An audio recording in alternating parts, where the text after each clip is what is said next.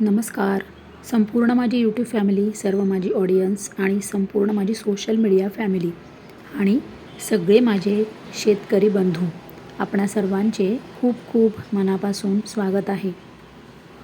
PM किसान योजनेच्या खुशखबरबद्दल आपण हा व्हिडिओ आणलेला आहे. तर PM किसान योजनेचा जर तुम्ही लाभ घेत असाल तर तुमच्यासाठी आहे गुड न्यूज, आनंदाची बातमी. कारण की आता लवकरच PM किसान योजनेचा 22व्या हप्त्याचे वितरण हे सुरू होणार आहे.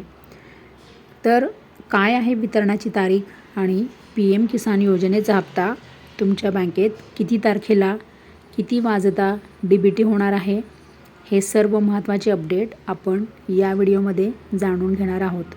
तर संपूर्ण माझी सोशल मीडिया फॅमिली म्हणजे त्यामध्ये माझे सगळे लाडके शेतकरी आले, लाडक्या बहिणी आल्या आणि संपूर्ण आता आपण आपल्या चॅनलवर ऑल सब्जेक्टवर व्हिडिओ आणणार आहोत. तर याबद्दल माझ्या सगळ्या ऑडियन्सचे काय ओपिनियन आहे हे मला आठवणीने कळवायला तुम्ही विसरू नका. तर काय आहे आपले मत, कारण की लाडकी बहीण योजना आणि सरकारी योजनांबद्दल तर आपण व्हिडिओ आणणारच आहोत, त्यासोबतच आपण आता इतर व्हिडिओसुद्धा आणणार आहोत. तर आपले मत कळवायला विसरू नका. तर काय आहे अपडेट बघा. 18,650 कोटी रुपये एवढा निधी हा PM किसान योजनेच्या 22व्या हप्त्यासाठी हा मंजूर झालेला आहे. किती? 18,650 कोटी रुपये एवढा निधी हा PM किसान योजनेच्या 22व्या हप्त्यासाठी हा निधी मंजूर झालेला आहे.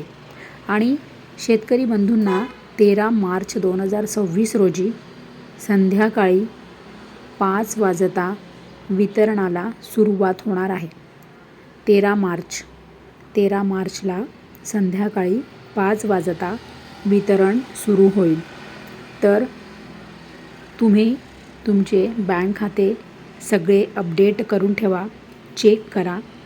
तुमचे बँक खाते KYC केलेले आहे का, तुमचे बँक खाते हे सुरू आहे ना, आणि तुमचे बँक खाते KYC केलेले आहे का, आधार कार्ड तुमच्या बँक खात्याला लिंक आहे का, आणि तुमचे रेशन कार्ड KYC केलेले आहे का, या सगळ्या गोष्टी माझे सगळे शेतकरी बंधू तुम्ही आठवणीने चेक करा हां.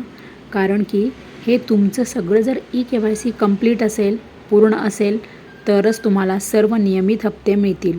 कारण की हे सगळं दरवर्षी जानेवारी महिन्याच्या सुरुवातीलाच तुम्हाला हे संपूर्ण KYCची प्रोसिजर करणं आवश्यक आहे.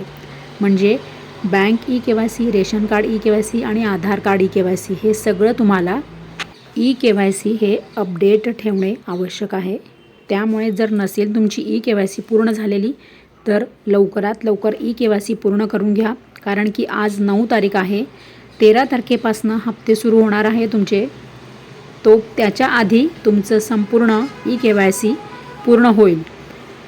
त्यामुळे लवकर जाऊन बँकेत जाऊन तुमचे बँक KYC पूर्ण करा, आधार कार्ड KYC करा आणि रेशन कार्ड पण KYC पूर्ण करा. म्हणजे तुम्हाला PM किसान योजना असू दे, कोणतीही शेतकरी योजना असू दे किंवा कोणत्याही सरकारी योजना असू दे, हप्ते येण्यास कोणतेही अडचणी येणार नाही.